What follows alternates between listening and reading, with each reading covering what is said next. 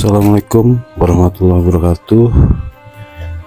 Kembali lagi sama Jurnal Horor. Kali ini Jurnal Horor akan ngambil sebuah cerita dari thread horor yang ada di Twitter. Dari threadnya cerita horor nyata atau horor nyata yang akan menceritakan sebuah cerita horor berjudul Warung Gaib. Terima kasih sudah mampir. Jangan lupa subscribe, like, and comment. Juga share juga ke semua teman kalian. Langsung aja ke cerita. Waktu itu saya masih tinggal di Secang, Magelang. Kami sekeluarga akan pergi ke Jakarta menggunakan kendaraan pribadi. Sejak pagi, saya dan keluarga sudah sibuk prepare dan packing barang-barang yang akan kami bawa. Kami sekeluarga berniat akan berlibur sekaligus silaturahmi ke saudara di Jakarta. Kami berniat berangkat dari Magelang sore hari. Jadi perjalanan akan lebih santai dan Bapak bermaksud menghindari keramaian atau kemacetan dengan tidak melakukan perjalanan jarak jauh di siang hari. Dan berangkatlah kami sekeluarga dari Magelang kira-kira jam 4 sore. Rute yang kami ambil melalui jalur utara. Selama perjalanan kami tidak memiliki firasat buruk apapun dan perjalanan panjang pun dimulai. Tak terasa hari sudah mulai gelap dan azan maghrib sudah berkumandang. Kami memutuskan untuk istirahat sejenak di masjid sekaligus menunaikan sholat maghrib. Setelah selesai sholat, kami pun melanjutkan perjalanan. Semakin jauh kami melaju, malam semakin larut menemani perjalanan kami. Yang semula di awal perjalanan suasana di dalam mobil begitu ramai dan penuh canda tawa antara saya dan kedua adik saya, kini berubah perlahan menjadi sepi. Mungkin karena ibu dan kedua adik saya sudah tertidur lelap dan yang masih terjaga saat itu hanya saya dan Bapak. Jam menunjukkan pukul 10.30 malam. Kami sudah memasuki area alas roban. Jalan berliku di tengah hutan dan tanah alas, jauh dari hiruk pikuk kehidupan kota. Di sini suasana sudah mulai mencekam. Bapak mengurangi laju kecepatan mobil karena kondisi yang gelap berliku, penuh tanjakan dan turunan. Yang kiri dan kanannya jurang. Saya dan Bapak merasa ada hal yang ganjil dan aneh. Sejak kami memasuki area alas roban, kami tidak berpapasan dengan kendaraan lain seperti bus antar provinsi atau kendaraan lainnya. Padahal jalur ini termasuk rute yang sering digunakan untuk menuju kota Tegal. Setelah melaju beberapa saat, tiba-tiba, brak! Astagfirullah! Mobil yang kami naiki ini menabrak sesuatu di tengah jalan. Bapak langsung menepikan mobil ke pinggir jalan dan sambil membawa senter yang ada di dashboard, saya dan Bapak kemudian turun dari mobil untuk melihat apa yang terjadi. Ibu dan kedua adik saya yang terbangun mendengar suara benturan tadi langsung panik dan mau keluar dari mobil. Namun Bapak melarangnya dan menyuruh mereka agar tetap di dalam mobil. Kemudian saya bergegas memeriksa bagian depan mobil dan Bapak memeriksa bagian bawah sampai belakang mobil. Saya benar-benar yakin benturan sekeras tadi seharusnya bisa membuat bemper mobil penyok atau memecahkan lampu kabut mobil. Namun setelah saya periksa dengan seksama, tidak ada satupun goresan di bagian depan mobil. Bahkan debu dan sedikit lumpur yang menempel pada bemper mobil pun masih utuh, tak tersentuh. Jujur, di situ saya kaget dan heran. Lalu Bapak yang memeriksa bagian bawah sampai belakang mobil juga tidak menemukan benda yang kami tabrak tadi. Kemudian saya memanggil Bapak agar ikut memeriksa bagian depan mobil. Mungkin dengan mencari berdua bisa ditemukan kerusakan mobil akibat benturan keras tadi. Kami sudah memeriksa beberapa kali setiap sudut bagian depan mobil. Tidak ada satupun bekas benturan.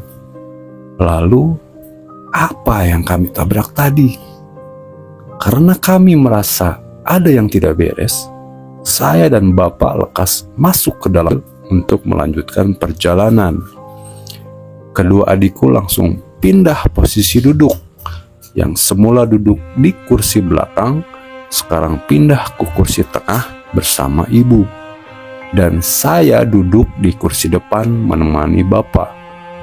Kami pun terus melaju di kegelapan malam alas roban. Jam menunjukkan pukul 12 malam. Kedua adikku sudah tertidur lagi. Yang terjaga kali ini saya, Bapak, dan Ibu. Tidak lama kemudian, hujan mulai turun. Hujannya hanya rintik-rintik, namun cukup mengganggu pemandangan atau pandangan. Sampai Bapak harus membunyikan klakson di setiap akan memasuki tikungan yang tajam. Saya dan Ibu sengaja tidak membahas kejadian tadi agar Bapak tenang dan bisa berkonsentrasi di jalan. Lalu dari kejauhan terlihat ada sepercik cahaya neon. Alhamdulillah, sudah terlihat pemukiman, pikir saya. Setelah semakin dekat, ternyata itu sebuah warung makan pecel lele kecil tepat di sudut tikungan di bawah pohon. Untuk menenangkan suasana, kami memutuskan untuk singgah sejenak. Saya dan keluarga pun turun dari mobil. Entah karena mengantuk atau ceroboh, kaki saya terbentur pasak penanda kilometer area. Tertulis di situ kilometer 15. Saya dan keluarga masuk ke dalam warung tersebut. Penjualnya menyambut kami dengan ramah, dengan logat khas Pengalongannya. Kami memesan makanan dan minuman panas. Iseng-iseng saya bertanya, "Kok jam segini masih buka ya, Pak? Bapak jualan sendirian?" Penjual pecel lele itu menjawab, "Iya, Mas, ini sudah mau tutup kok." Masnya datang. "Saya jualan sama istri saya." "Itu istri saya, Mas," ucapnya sambil menunjuk ke arah pintu. Saya dan Bapak kaget. Sejak kapan ada orang berdiri di samping pintu masuk warung? Padahal tadi kami masuk lewat arah yang sama, dan di sana hanya ada pohon besar. Ya sudahlah, saya tidak terlalu memperdulikannya karena sekarang perhatian saya tertuju pada ayam yang sedang digoreng. Akhirnya kami makan dengan lahap. Ternyata nih, rasa sambalnya enak, sangat cocok di lidah. Sampai-sampai saya nambah sambal 2 kali. Setelah kenyang menyantap ayam goreng, kami bergegas kembali ke mobil. Saat mau masuk ke mobil, kaki saya terbentur lagi dengan pasak penanda kilometer 15 tadi. Oke, saya ceroboh karena letak pasak itu persis di dekat pintu mobil. Jadi wajar saja kalau saya terbentur pasak itu lagi. Mobil kami pun mulai melaju. Ditemani hujan rintik-rintik yang terus mengguyur kawasan itu, setelah beberapa saat, akhirnya kami keluar dari Alas Roban dan menuju Tegal. Singkat cerita, kami sudah menyelesaikan liburan kami di Jakarta. Karena tidak ingin mengalami kejadian seperti kemarin lagi, Bapak memutuskan untuk berangkat dari Jakarta pagi hari. Jadi, ketika memasuki Alas Roban, hari masih siang. Setelah berjam-jam kami menempuh perjalanan, akhirnya kami memasuki area Alas Roban sekitar jam 1 siang. Saya penasaran dengan warung pecel lele yang waktu itu kami singgahi. Rasanya sambalnya enak sekali, pikir saya. Namun sayang, warung pecel lele biasanya buka ketika sore menjelang hari atau menjelang malam hari. Adik saya tiba-tiba ingin buang air kecil. Bapak kemudian menepikan mobil di tikungan jalan yang agak luas dan menyuruh adik untuk buang air kecil mepet dengan mobil. Sambil istirahat sejenak, sekaligus menikmati pemandangan Alas Roban di siang hari. Tidak bisa dipungkiri lagi kalau pemandangannya sangat-sangat indah. Secara tidak sengaja, saya melihat sebuah pasak kilometer bertuliskan kilometer 15. Saya kaget luar biasa. Itu pasak yang membentur kaki saya tempo hari. Dan posisi pasak itu persis di tepi jurang. Dan seingat saya, warung pecel lele waktu itu kira-kira 3 meter di belakang pasak tadi. Saya langsung manggil bapak dan ibu untuk menunjukkan pasak tadi dan lokasi warung. Setelah diamati, tikungannya persis seperti waktu itu.